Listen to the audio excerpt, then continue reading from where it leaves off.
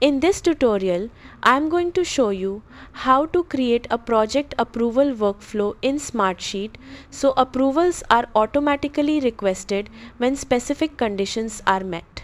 First, open your Smartsheet sheet and click on Automation in the toolbar. This is where you'll create and manage automated workflows. Next, select Create from Template and search for Request and Approval when specified criteria are met. Choose the template to get started. Now, give your workflow a clear name so it's easy to identify later. This is especially helpful if you manage multiple automations. After that, set the trigger for the workflow. Choose when rows are changed and define the condition that should start the approval process. For example, you can trigger the workflow when a status or confirmation field changes to a specific value.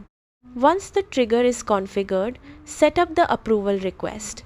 Select the person or group who should receive the approval notification and customize the approval message if needed.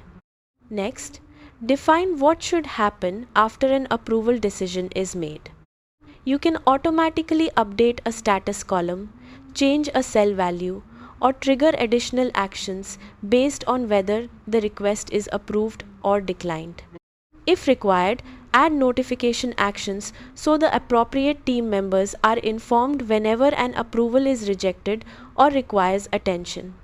Before activating the workflow, use the test option to verify that everything works correctly.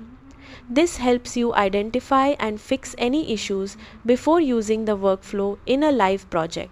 Finally, save and enable the workflow. From this point forward, Smartsheet will automatically send approval requests whenever the specified conditions are met.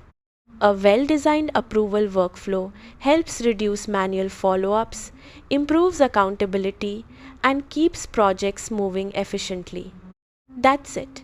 You've successfully created a project approval workflow in Smartsheet. Thanks for watching.